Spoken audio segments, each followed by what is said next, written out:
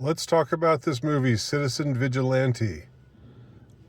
I heard about this movie a few days ago, and I knew nothing about it except that it was controversial and that they were talking about banning it in Germany. And I didn't want to know any more than that. I wanted to go into it fresh. So that's what I did. I went to YouTube. You can purchase it on YouTube. You can rent it for, I believe, $5.99. Cheaper than a trip to the movie theater. So I was finding out what kind of a movie it was as I was watching it, and sure enough, as you probably already know, it's about the migrant crime situation in Europe, and it's about this one man becoming a one man wrecking crew. Uh, Going after migrants who are ill behaved, and also not hesitating to take out the law enforcement types who are going after him. This is a guy who's sort of, well, definitely bigger than life. It doesn't really seem to have a backstory. He's just sort of this force of nature, and he's kind of a Nietzschean figure. I'm talking about the main character, the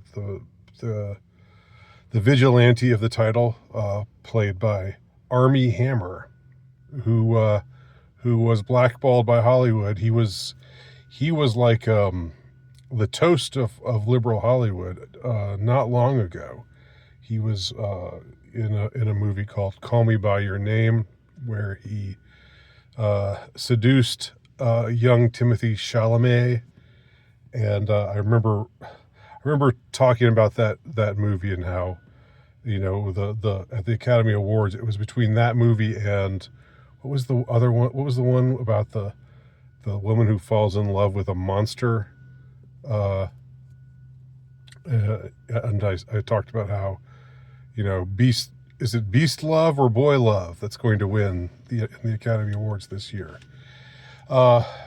So yeah, he was doing the typical degenerate Hollywood thing, and then they found out the degree of his degeneracy in his personal life, and he suffered the consequences, and you can read all about it if you want the salacious tabloid stuff.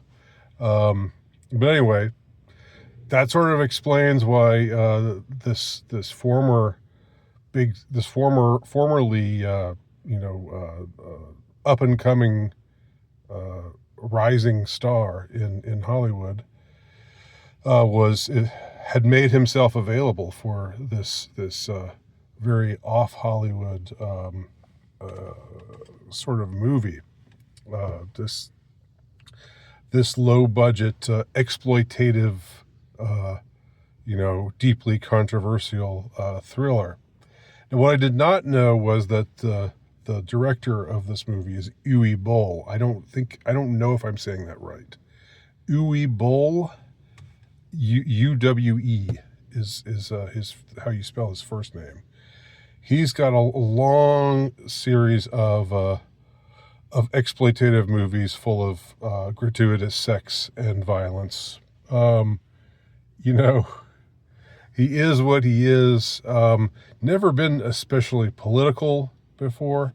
I'm not a particular fan of his work, but I mean, he went all out with this one. He actually went all out, and he embraced the cause. The anti-migrant crime cause, and the whole challenging the political establishment for not doing enough about migrant crime and seeming to care more about migrants than their own citizens, and wanting to bring in more and more violent migrants. These are radioactive issues for showbiz. You're not supposed to talk about these things. You're supposed to pretend this isn't really happening, or that the real bad guys are the whites. But this movie does not do that. It does not skirt around the issue at all. It's somewhat like Death Wish. You could compare it to Death Wish. A movie it reminded me a little bit more of was a movie from a few years ago called Law Abiding Citizen, which was with Tom Hardy, where he's someone who feels betrayed by the political establishment and by the police force, because they failed to stop the murder of his family, and there was chicanery and corruption, and so he became this one man wrecking crew who was taking out various people who he held responsible for what had happened to his family. This movie has got something of what that movie has, and it also has something of what Death Wish has. It's not, I'd say it's highly inferior, just in the sense of character development, interesting or good dialogue, good, I don't know, the kind of ingredients that typically would make for a good movie. You would have to say that Death Wish is better, and that Law Abiding Citizen, that they're both better examples of movies as far as quality wise. But what you have to give Uwe Boll and old Arnie or Army Hammer, which you have to give them credit for, is being willing to attach themselves to this project that is really audacious, really ballsy. I feel it made me a little bit uncomfortable. I'm set for the red meat. Throw me that red meat about taking out migrants and taking out the trash and stepping up because the police aren't going to and the corrupt politicians aren't going to. That sounds great. Sign me up for that. But there's a couple scenes in this movie where I'm just like, whoa, that's pretty hardcore. I don't know. I'm not even sure what I think about that. I don't know. I won't give too much away here, but I will say that the character played by Armie Hammer, he's an American who's in this undisclosed European country. I think it's somewhere in Eastern Europe. Never named, but the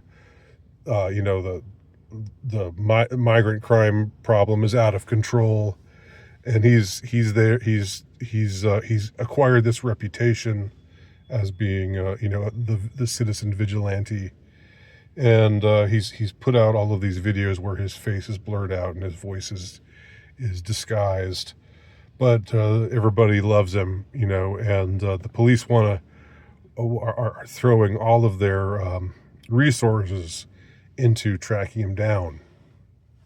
But he seems to have, somehow, and I don't know how, the movie never really explains this. He seems to have endless supplies at his disposal. There's no backstory on who this person is at all. He looks very, very dapper, and he's very badass, and he goes around with his cool looking gun, and he's got this.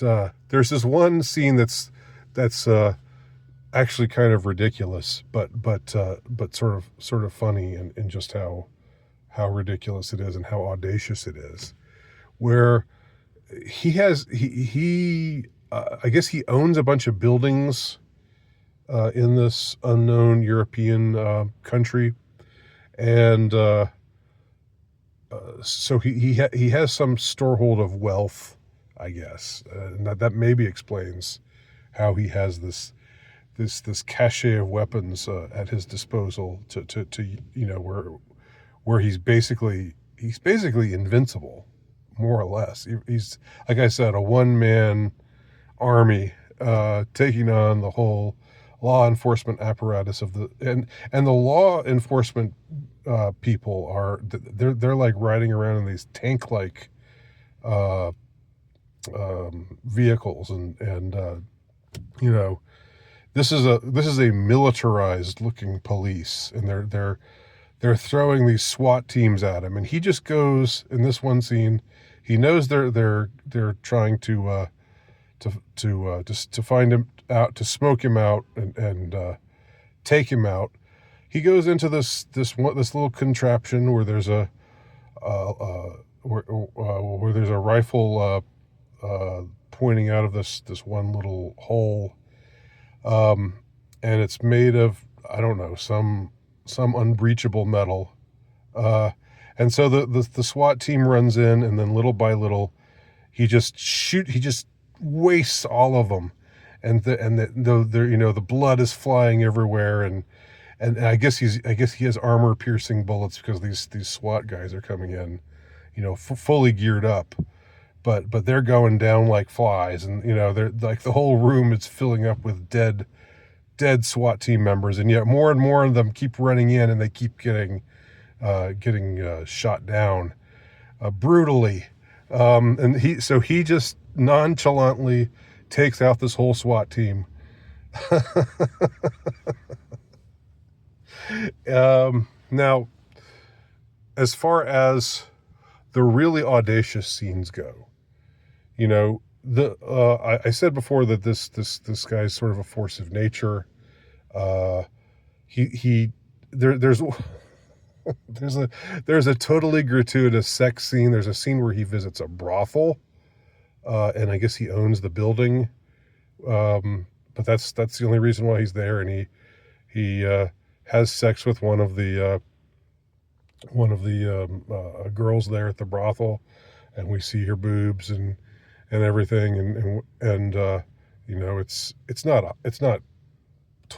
as explicit as it could be, but it's pretty it's pretty obvious that they're having sex, and it's totally gratuitous. It has nothing to do with anything else in the movie. It doesn't even seem like he's that, like it's that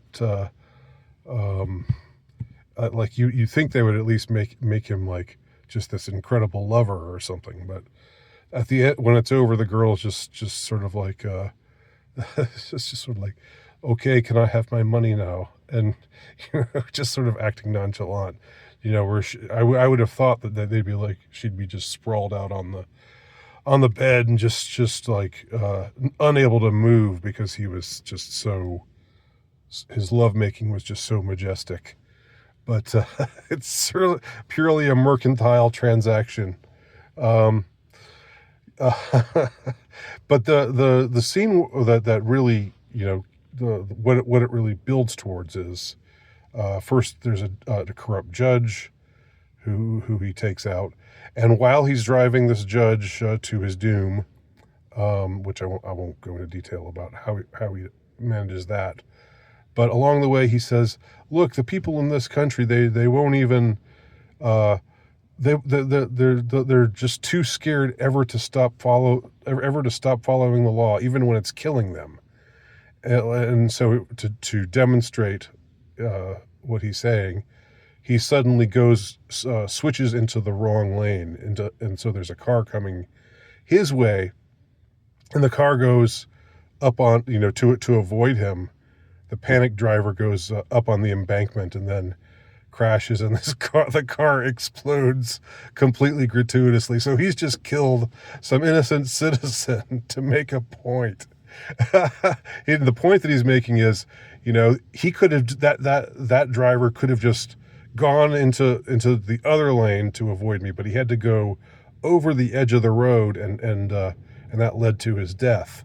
And people in this country need to stop behaving that way. They need to not be afraid to break the law, because it's going to be up to them to protect themselves. Which I guess a fair point, but did you have to kill a guy to do that? So there's a scene where he takes a migrant family hostage, and the son in this family has been was charged with in this heinous gang rape of a 14-year-old. But they were all let off scot-free because this judge said, it's really just a tragedy. They just just the typical uh, soft on crime judge. Except this is based on I think this is based on something that actually happened. So he goes in and he holds this family, like mother, father, sister, and then the boy and his older brother, holds them all hostage, ends up shooting. Like, you think he's going to teach them he's going to shoot the kid, or the one who was involved in the rape, and then but spare like the mother. The mother doesn't do anything. She doesn't do anything, and he still ends up shooting her dead. The girl, his sister, like had gone on Twitter and said something like that something implying that the girl deserved it because they all dress like whores in this country. So so the guy says, you come here with your archaic laws. I think they let the wrong ones in. And so he just decides he just takes out this entire family. The mother doesn't even do anything. The sister, wrote something, despicable on social media, but she doesn't deserve to die. And the father is, just has a really bad attitude, like a really entitled attitude. And the guy, his son, doesn't seem to be in any way sorry about what he did. But so you can kind of understand in a couple of their cases, but just to take out the whole family, it's like, whoa. But the excess, I guess, is sort of there's a certain catharsis in the excess. Like, no prisoners here. We're not. This is all out war. They've taken the war to us, so we're going to take it back to them. With just as much ferocity, if not more. And that's basically it. It's an entertaining movie. It definitely, if you're if you're sensitive at all, it might leave a bad taste in your mouth. Some of the things that he ends up doing, because it's not exactly it's not exactly like. I mean, he definitely goes overboard. He's like and like I've said before, he's sort of a Nietzschean kind of character. He seems to be modeled out like this is what Richard Spencer would like to be. He's like some handsome, Aryan looking guy in a long, stylish, SS looking overcoat. Who's just going around, just, I don't know, wasting everybody, wasting the police, wasting the migrants, beating up these kids, like these snotty little kids, these like teenage kids who have a bad attitude and who are picking on this other kid.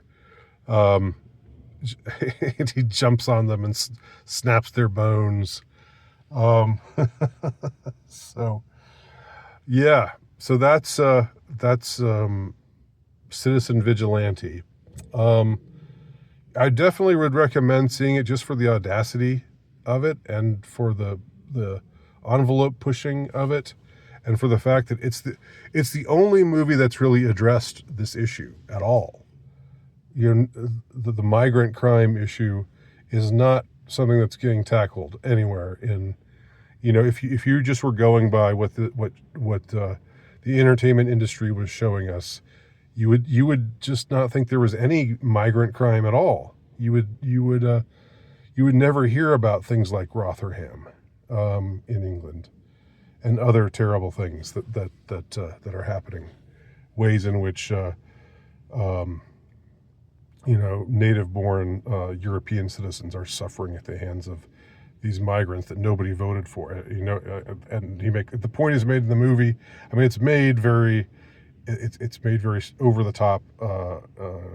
It's made very. It's there's not much subtlety to this movie. But that's my review. This is the kind of movie where the movie begins with this scene where you think it's going to be kind of subtle, or you think, oh, the tension is building, and like there's a scene where things seem to be nice and harmonious, where a mother and her son are shopping together, and